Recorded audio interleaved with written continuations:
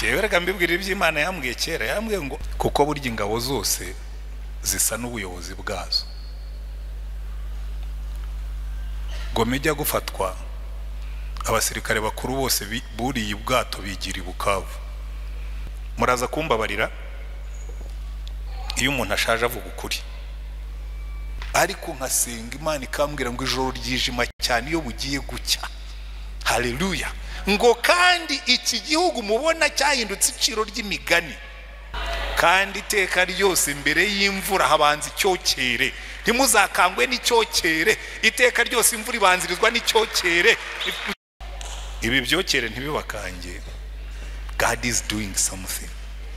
Abantu bakavuga ati hano ibintu byacitse, ntibabone iby'Imana irimo gukora, bakabona ibyo Satani yakoze. Ariko hari icyo Imana irimo gukora. Mubishaka mutabishaka, hari iby'Imana irimo gukora. Nimundakarira nta kibazo, igihe cyose abahanuzi barabarakariye. Hari igihe Imana ivuga ibintu tutatega amatwi. Giye kubigisha muri konseri y'amakorari utari mu giterane, ndiha iminota ntababwiye, nimubona ndangije ubwira bishize. Amen.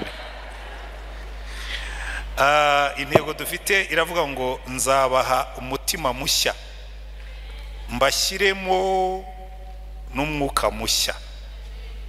Nzabakuramo umutima ukomeye nk'ibuye, mbashyiremo umutima woroshye. Haleluya. Ubundi ubonye umuntu ufite umutima w'ibuye aba yarapfuye.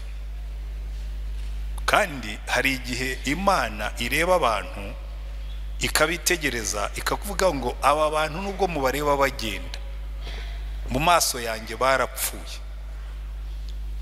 Ngiye kwigisha kuri aya magambo ariko mpereye ku kindi gice, ariko reka mbanze nsome muri Yesaya igice cya 50, mbabwire ijambo ry'ubuhanuzi.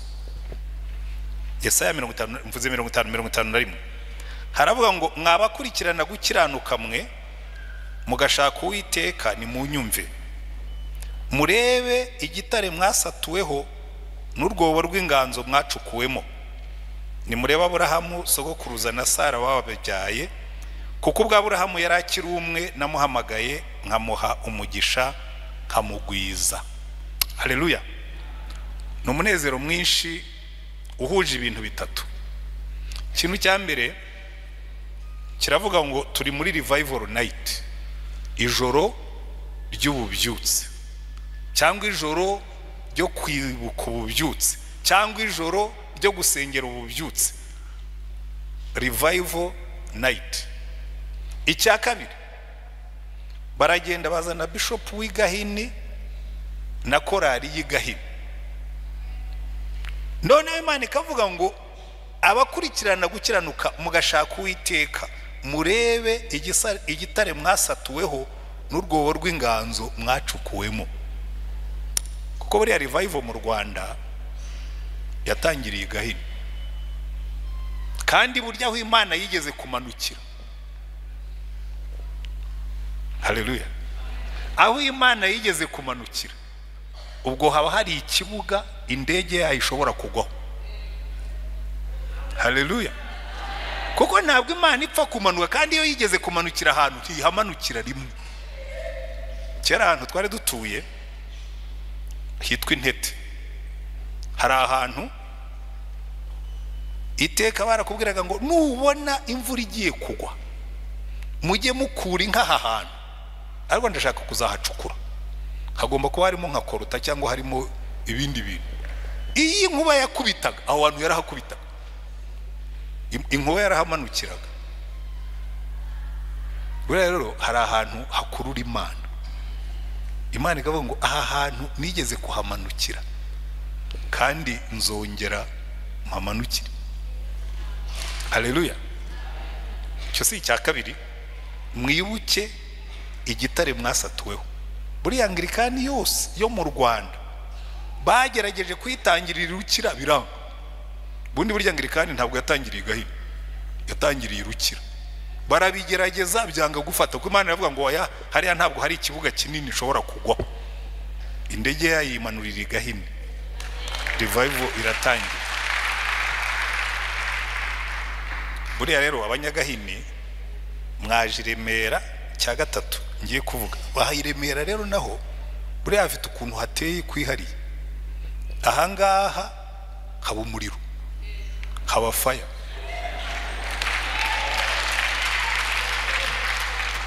jewe reka mbibwira iby'Imana yambwiye kera yambwiye ngo aha hantu aha nzahakorera imirimo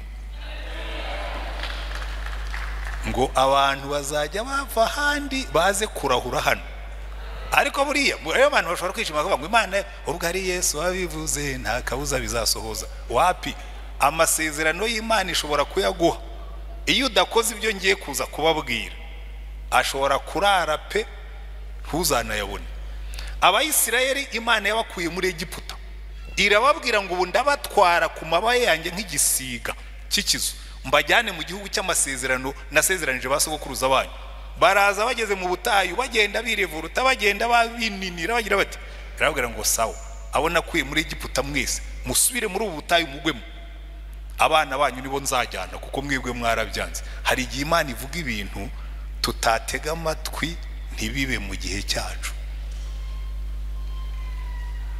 haleluya ariko iyo duteze amatwi tukabyumva tukabyumvira Imana irakora amen ntabwo ndi bwinjire mu mateka y'ububyutse kugira ngo ntatware inkuba ya bishop kuko mbyinjiyemo yaza kuza kwigisha umugabo ngo rwose ibyo ntwane ntiyari yabivuze oya reka jewe nsasire ibyo ari buze kutwigisha amen ariko muye mubizi ngo aha hantu aha in this same place aha hantu Imana yaravuze ngo nzahashyira igicaniro abandi bazajya baza bakarahuraho ubwo rero abanyagahini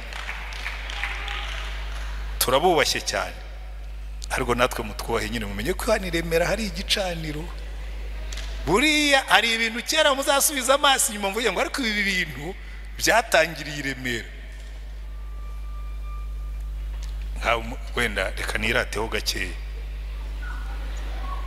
muzambwira ahandi hantu gusenga iminsi 40 byatangiriye kandi byarafashe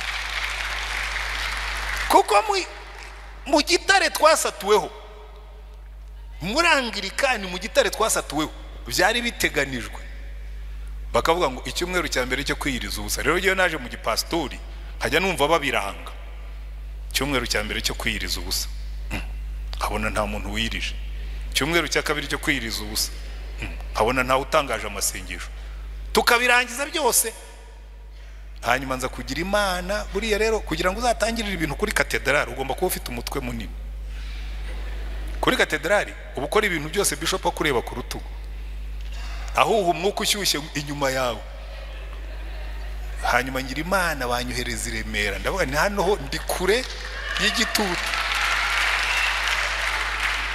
dutangaza 40 bwa mbere abantu bati ntabwo abaporoso bashobora gusenga 40 barakubise urusengero ruruzura muri bwa 40 ya mbere twakoze sho abantu barakubise bakubita 40 turayirangiza ndavuga n'abantu basenze 40 bakayirangiza batari abantu barenze 200 bari barayisenze ndavuga ntubu umuriro wafashe tu kandi warakomeje amen reka twigire mu ijambo ry'Imana nzabaha umutima mushya ariko mwibuke igitare twasatuweho buriya Anglikani yavukiye mu masengesho ni musoma mugasubira mu mateka yacu Anglikani yacu yavukiye mu masengesho ariko abantu kubera ko uko Imana igenda yigira imbere ibintu byitungana bakabataka bira bintu biravuna Mana we gusenga amasengesho y'iminsi 40 biravuna inzara irakurya ariko ugomba kuba ufite ikintu bundikiye kandi ukazakibona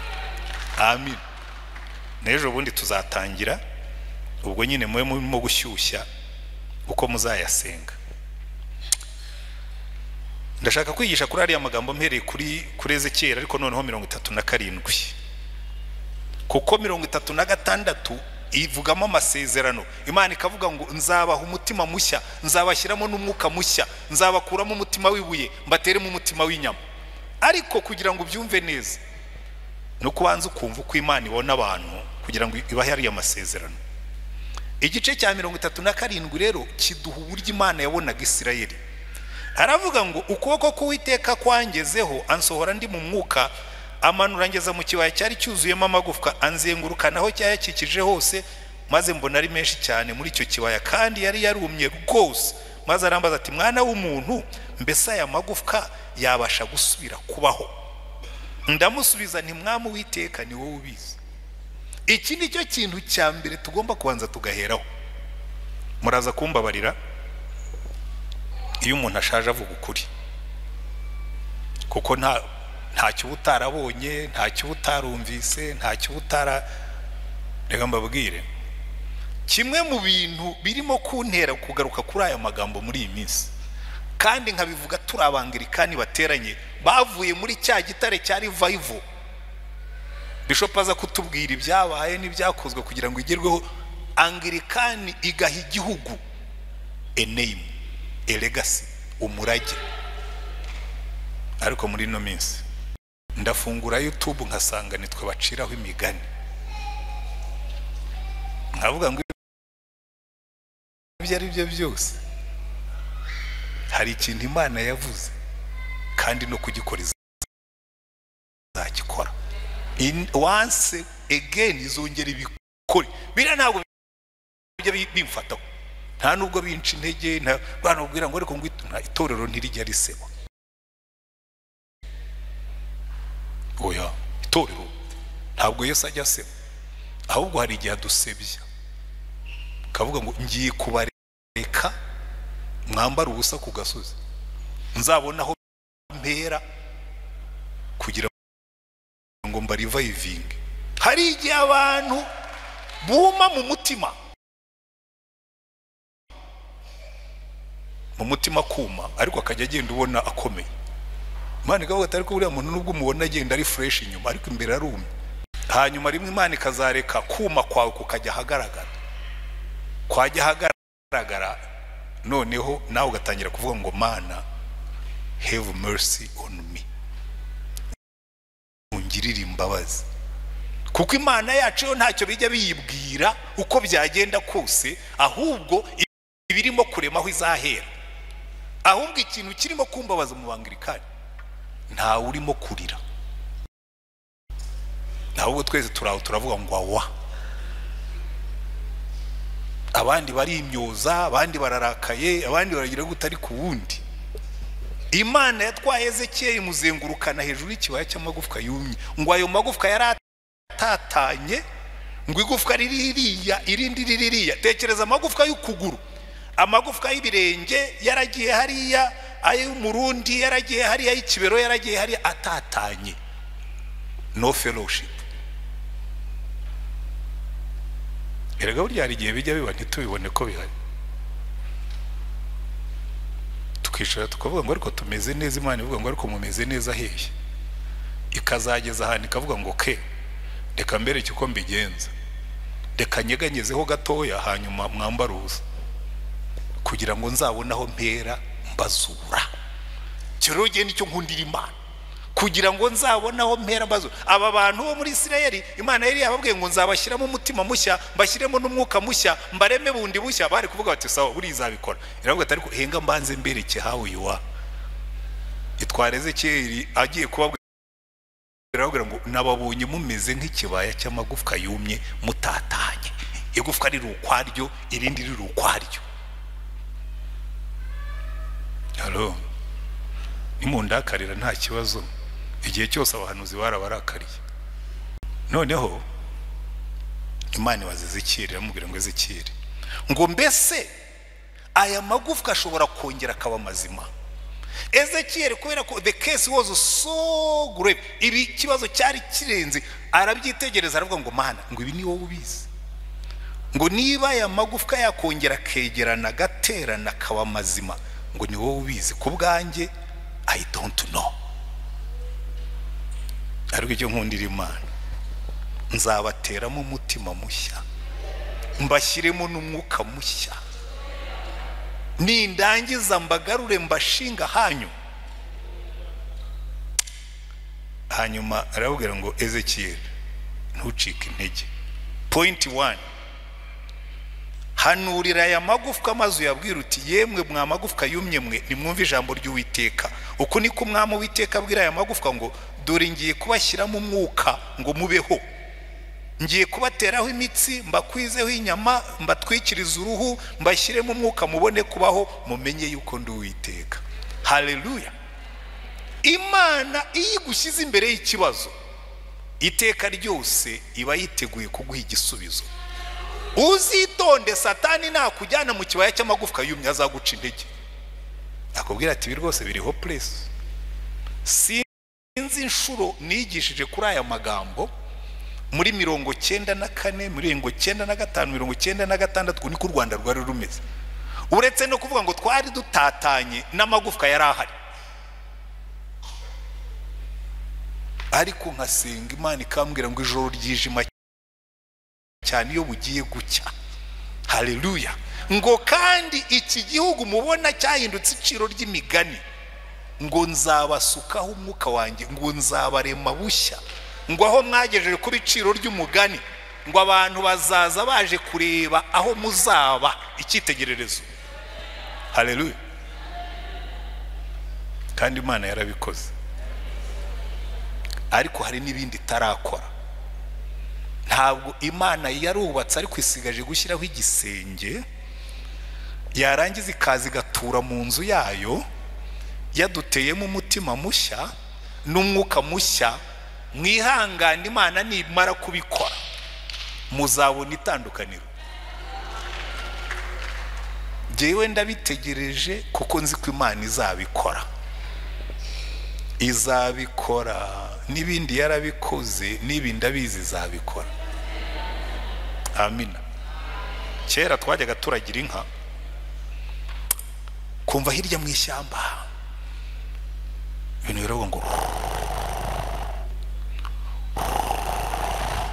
abantu bakavuga ati imvura igiye kugwa tu. Ubwo mu ishyamba byatangiye kuririma kuri buri imvura igiye kugwa. Imvura y'Uwiteka iri hafi, kandi iteka ryose mbere y'imvura habanza icyokere. Ntimuzakangwe n'icyokere, iteka ryose imvura ibanzirizwa n'icyokere, iteka ryose imvura ibanzirizwa n'icyokere cyinshi. Abantu bakavuga ati turumye, Imana ikavuga ngo yes, imvura ibanzirizwa n'icyokere. Ibi byokere ntibibakange. God is doing something. Hari ibintu Imana irimo guteka, irimo gukukinga, irimo gutegura, ahubwo mwe mwitegure ntizasange murangaye. Amina. Hanyuma Imana ibwira Ezekiyeli ngo Ezekiyeli, iki kibaya cy'amagufwa y'umwe nk'igutera ubwoba, amapfa n'iki n'icyokere ntibakange, ngo ngiye kurema ikintu gishya. Nkunda ukuntu Yesaya yabyanditse ngo ariko ko ngiye kurema ikintu gishya, ngo ko kigiye kwaduka ngo ntimuzakimenya. Haleluya. Ngo nzaharura inzira mu butayu, nzatembesha imigezi mu kidaturwa. Haleluya.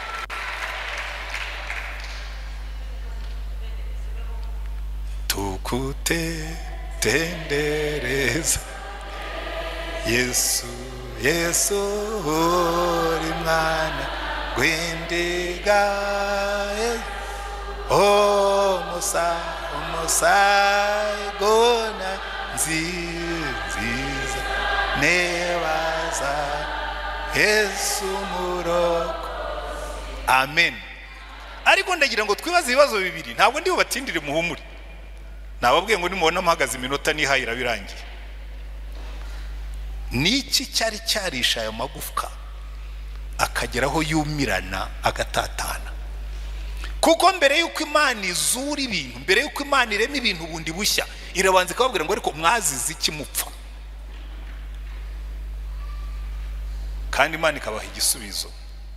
Muri Ezekiyeli nako muri mu Efeso ibice bibiri, Pawulo aravuga ngo ubwo twari dupfuye tuzize ibicumuro byacu, ngo natwe yaratuzuye. Buri ikintu cya mbere Imana ikora mbere yo kurema umutima mushya, hari igihe Imana ireba ikavuga ngo ya imitima mufite yarashkotaguritse, yarashaje, nta nubwo nzayiremera bundi bushya, ntabwo nyisana. Ntabwo Imana yavuze ngo ngiye gusana imitima, yaravuze ngo ya iyi ngiye yarashkotaguritse, it's beyond recovery, muyijugunye mbaho imitima mishya. Ariko kugira ngo Imana iguhe umutima mushya nuko ubanza kwemera ko ufite ari mubi. Hari abantu bicara gaho ati ariko umutima mubi se ngomba kuwugumana. Icyo mbabwira hano inkuru ikinyabwoya n'incira ngo byarabanaga abantu bakabyanga. Ikinyabwoya ukibonye wese aragikandagira, umugore ukibonye kiri hafi y'abana aragikubita akagisyonyura akajugunya hanze. Bukeye kiragenda kibwira incira byabanaga muzi kuko byombi byari bisangiye ko abantu babyanga. Ariko ati mvare nkubwire sha jewe ibintu byo guhora abantu bansyonyura bankubita ndabirambiwe. Nsubiye ku Mana yandemye nyibaza impamvu yampaye amahwa agatuma abantu bose banyanga. Ikinyabwoya kiragenda kibwira Imana fariro Mana aya mahwa sije wayihaye, ariko kubera ko mfite amahwa abantu baranyanga mbigenze. Wende nawe wicayemo hano hari abantu bose baranyanga, uzabanze wibaza icyo bakwangira. Ngo ariko giye ntacyo ngerageza ngo gitungane. Maze hasigaye haraje umugabo witwa Karande yagize ibyago. Ukora nabi wese ibye ntibigende abyitirira Karande. Karande yaraguwe. Umuntu aragenda agacunga amafaranga ye nabi ngo afite inyatsi. Arone wari navuga ngo reka dusubire inyuma turebe izo nyatsi. Umara guhembwa amafaranga agatakara atoya. Urayahembwa se bakaza bakayibaho wayabitse atoya. Ati ndayashaka nkayabura. Reka dusubire inyuma turebe aho yanyuze. Turaza gusanga amafaranga nta nyatsi ufite ahubwo ufite imicungire mibi.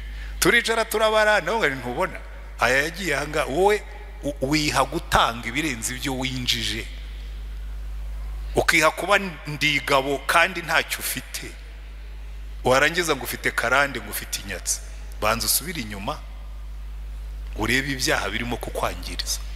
Umuntu araza aterekamo ati wacu rero nta mukobwa ujya uramya urugo, ati abakobwa biwacu bose barashaka, ati barangiza bagasenya.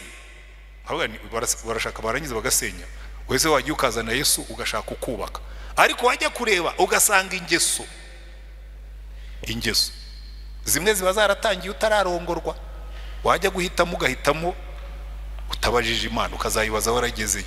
Warangiza ngo byarapfuye birabuguzwa n'ikize gupfa. Wowe urakora ibintu utabajije Imana byatangira gupfa ngo Imana ngo nizi bitunganye. Kabwira ati sawa ndagufasha ariko bizatwara igihe kirekire. Niki kisha ya magufwa kikayanika kuma. Paulo akahita gisubiza akavuga ngo ubwo twari dupfuye tuzize ibicumuro byacu. Mbere ya revival habanza kwemera ibyaha. Ariko buriya cyo nkundira Imana kane ko bivuga cyane ariko reka nkomeza. Revival ari Imana ibwira abantu ngo mwari mukwiye kwihana, ariko twihana iki ite sawa reka mbategera imbere muzambara ubusa atari giye ubambitse. Ntabwo Imana ijye twambika ubusa ahubwo iratubwira tukanga kumva. Noneho twagera imbere ibyaha byacu bikatwambika ubusa. Umukobwa aragenda agasambana Imana ikamubwira atari ko waretse gusambana. Atari ko giye ibintu n'abandi barabikora ite sawa. Yagera imbere agatwita, Satani akakwambika ubusa kandi ahita avuga akubita ikivugo ati muze murebe ishyano ryacitse umurizo. Umukobwa waririmbaga muri korari aratwite nyine yambaye ubusa. Ko niko Satani akora. N'ibindi wenda wicayemo hano uyu munsi nawe umeze nk'uwicaye mu kibaya cy'amagufwa yumye. Ufite ibintu wagendeyemo, urugo rwawe rurimo rurasenyuka. Ufite akanwa gasenya urugo, ufite akanwa gateranya mu kazi abantu bose bakakwanga. Ufite ingeso. Imana ikakubwira ngo kugira ngo nkureme umutima mushya banza unyemerere. Hari ikintu nkunda Imana ivuga mu migani avuga ngo mwana wanjye mu mutima wawe. Ntabwo ivuga ngo mu mutima mwiza, iravuga ngo just give me your heart. Mu mutima. Are you ready? Niba wicayemo hano fata umutima wawe waba uri mwiza waba ari na mubi, ubwira Imana ngo Mana take my heart, ifatira uyu mutima wanjye. Nta kindi kintu Imana yiza mu ngo wampaye uwo mutima. Give me your heart, mu mutima wawe. Kuko iyo uyihaye ushkotaguritse ikuremera umutima mushya, ikagwira ngo ya iki gishwange kimparire ndaguha umutima mushya. Iyo uyihaye umenaguritse kubera ibyaha wihebye iragubwira ngo ya uyu nguyu wiheba ndawugukuriramo nk'umutima w'ibyiringiro ndaguha umutima mushya. Uyu wanduye ntabwo ndi buwumese, oya ndaguha umutima mushya ahubwo wowe uzawurinde kandi ni wongera kwandura amaraso ya Yesu awezaho ibyaha byose. Haleluya. None Imana ibwira Ezekiyeli ngo genda umbwirire kiriya kibaya cy'amagufwa yumye, ugihanurire ukibwire ngo wakibaya cy'amagufwa yumye. Uwiteka aravuze ngo agiye kukurema bushya, agiye kuguteraho inyama, agutereho n'imitsi. Nuko Ezekiyeli ngo hagarara imbere y'ikibaya cy'amagufwa yumye. Cyambwira abantu nkabwira ngo wari gusanga Ezekiyeli ahagaze hejuru y'ikibaya cy'amagufwa yumye. Yari ko ati yo bambe Ezekiyeli yasaze. Ahagaze hejuru y'amagufwa yumye arimo arayavugisha. Nta kintu na kimwe kijya giheza ngo kinanire Imana. Niyo situasiyo yabikomeye irengeje urugero, Imana iravuga ngo no mu kibaya cy'amagufwa yumye njye nshyiramo umutingito ibintu bigahinduka. Kuko ngo Ezekiyeli yatangiye guhanura, atangiye kuvuga ati magufwa yumye muraba bashyatu, magufwa yumye ibyanyu birahinduka. Ngo abona hajemo umutingito, ngo amagufwa aregerana, ngo igufwa ryegera iryaryo, ngo irindi ryegera iryaryo, ngo abona hajeho imitsi, abona hajeho inyama, hajeho n'uruhu. Ngo yitegereje abona ariko birasinziriye. Ntabwo byari bipfuye, byari bisinziriye. Bagiye tuba twicaye Imana ikareba ukabona noneho twinyagambuye. Kabata ariko noneho binyagambuye. Ndabona kabisa muri Anglikani barimo kwinyagambura. Ariko ukuntu turimo kwinyagambura muri iyi minsi, turimo turinyagambura.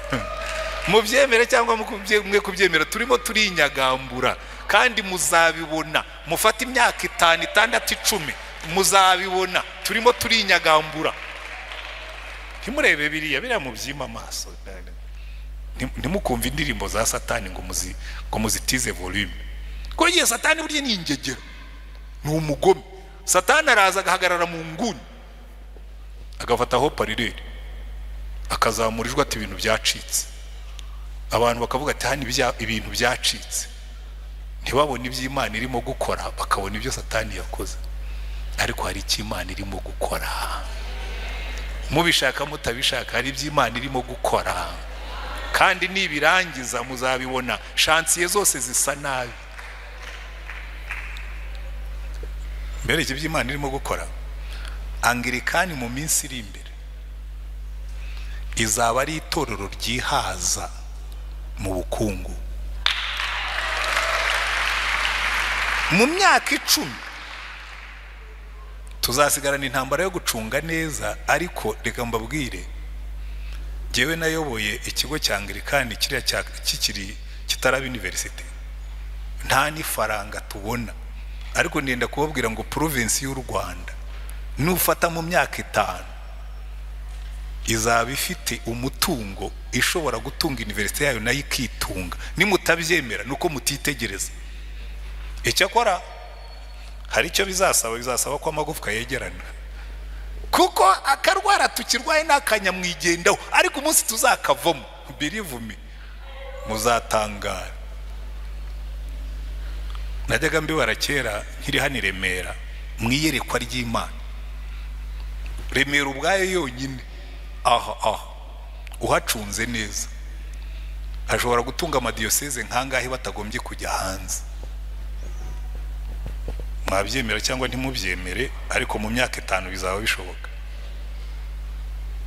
Kuko hari ikintu Imana irimo gukora. Hari ibyo itari yakora, ariko hari ibyo irimo gukora. Uragenda igatigisa amagufwa kegerana, ikavuga ngo ariko wabyitegereza ukabona biracyasinziriye. Kandi abantu benshi barabikunda iyo bisinziriye, cyane cyane abapastori n'ababishopu n'abandi. Twebwe twambara kora dukunda ibintu bisinziriye, kubera ko ibintu bisinziriye ntibikubagana, ibintu bisinziriye ntibikandagirana, ibintu bisinziriye ntibigongana, biba bisinziriye nyine, biba bimeze neza. Ariko ibintu bihagurutse nibwo bitangira gukandagirana. Buriya mujye mwitonda, nzabibabwira, mva mwihanganeho gatoya, muzambaze mu 2028 nzabibabwira. Ngo nihaye imyaka myinshi kugira ngo mutazamvuguruza. Nzababwira iby'Imana yavuze. Ariko reka twigumire hano kuko minota yangira imiragenda. Ezekiyeli yakoze aravuga ngo mpanura uko nategetswe. Dukeneye abantu batega Imana amatwi, bakavuga ngo mana muri iki kibaya cy'amagufwa yumye, what are you telling us? uri muratubwira ngo iki? tugahaguruka tukaririmba nk'abahanura, tukabwiriza nk'abahanura, tugakora nk'abahanura, kuko Imana iba yavuze. Abantu benshi Satani yavugije vuvuzera bihutira kumwitaba, aho kugenda ngo bavuye ngo mana ko twumva Satani arimo kuvuza vuvuzera, uri muratubwira ngo iki? dukora iki mu gihe nk'iki? Ezekiel Imana yambwira ngo aravuga ngo mpanura uko nategetswe. Don't just preach your own message, hanura nk'uko yakubwiye.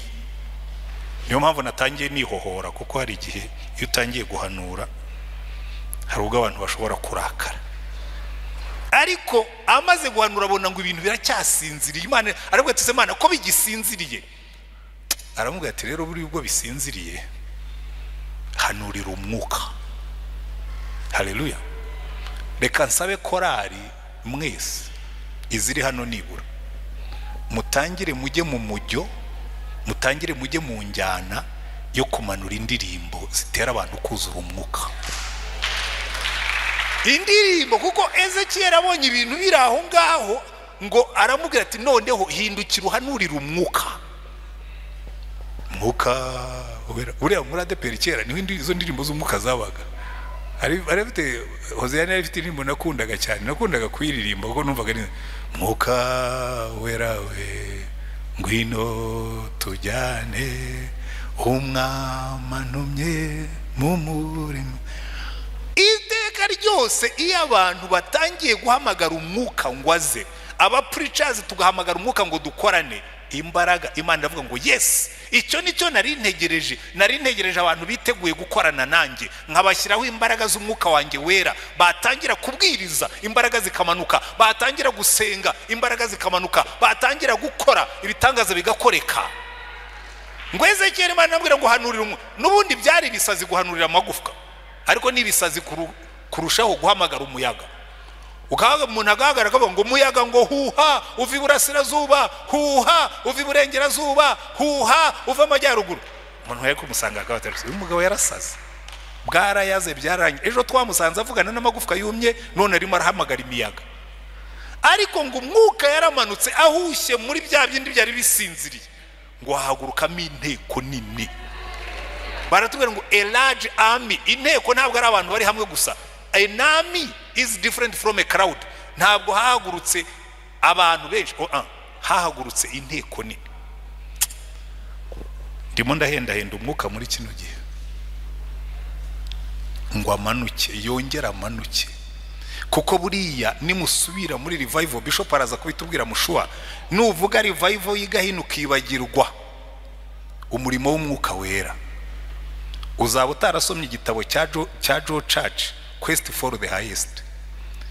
Kuko Joe Church umwe mu bantu Imana yakoresheje cyane muri revival, yaricaye aragenda ajya muri vacancy Buganda, hura n'umusaza witwaga Simeon, hura n'uwitwa Simeon Nsibambe.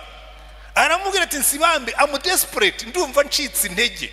Ibi ntigahini dufite abakristo bamaze kugera mu bihumbi ariko nabapagani. Undi aramubwira ati se warutegereje iki? Bataba abapagani, simwe mwabiteye. Muzasoma icyo gitabo muzabibona. Simwe mwabiteye, mwebwe mwazanye ubutumwa bwiza butagira umuriro, nta mwuka wera. Joe Church yandikira ngo bamaze icyumweru wone wose Simeon Nsibambe barimo gukora Bible study kuri Holy Spirit. Nta tubwira uko byamugendekera, ariko ngo barasenze ngo barangiza umwuka yabajeho, kandi agarutse koko biragaragara ko umwuka yari yamujeho, kuko fire, umuriro waratse. Ezekiel arahanura umwuka amanutse, ngo babandi bahoze begeranye ariko bavamo inteko nini. Dukeneye itorero ririmo abakristo bahaguruka nk'ingabo, ariko zitameze nk'iz'ibihugu bimwe na bimwe zirukankana inkoko. Kandi umuntu aragenda yirukanka ahunga atwaye inkoko, yajugunye imbunda atwara inkoko. Bene izo ngabo nazo turazigira, z'abantu Imana ituma bakagenda bakigira mu nkoko. ariko mureke twe tuba ingabo za Yesu z'ukuri, zitari za zindi nazo zigeze kudutwarira izina ariko zirimo gukora ibibi. Oya, umwami Yesu. Duhaguruke nk'abasirikare b'umwami umwe, uri Gahini yumva ari hamwe n'uri muri Kivu.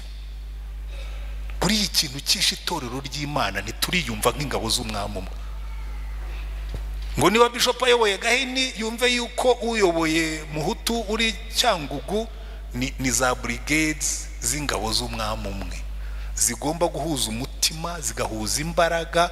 Aho bamwe bafite intege nke abandi bahafite imbaraga, bagatizanya imbaraga, bagahuza umutima, hanyuma hasigaye icyubahiro cy'Imana kikamanuka. Buri mu pastor aragenda ukwe, icyo bakora bano ingabo zitwara inkoko.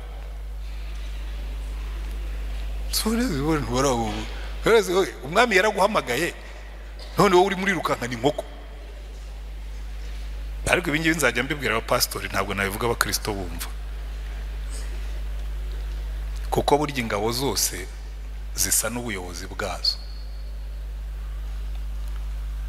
GOMA ijya gufatwa, abasirikare bakuru bose buriye ubwato bigira i Bukavu. Ni ibintu ntimubibona mu makuru? That's a sign. Ingabo ngo hagurukamo inteko nini cyane. Umunsi tuzaba izo ngabo zihagarara hamwe munsi y'ubutware bw'umwami wacu, uri Kagitumba agasengero ruri Rusizi, yaba yashonje akamukandira akanyenyeri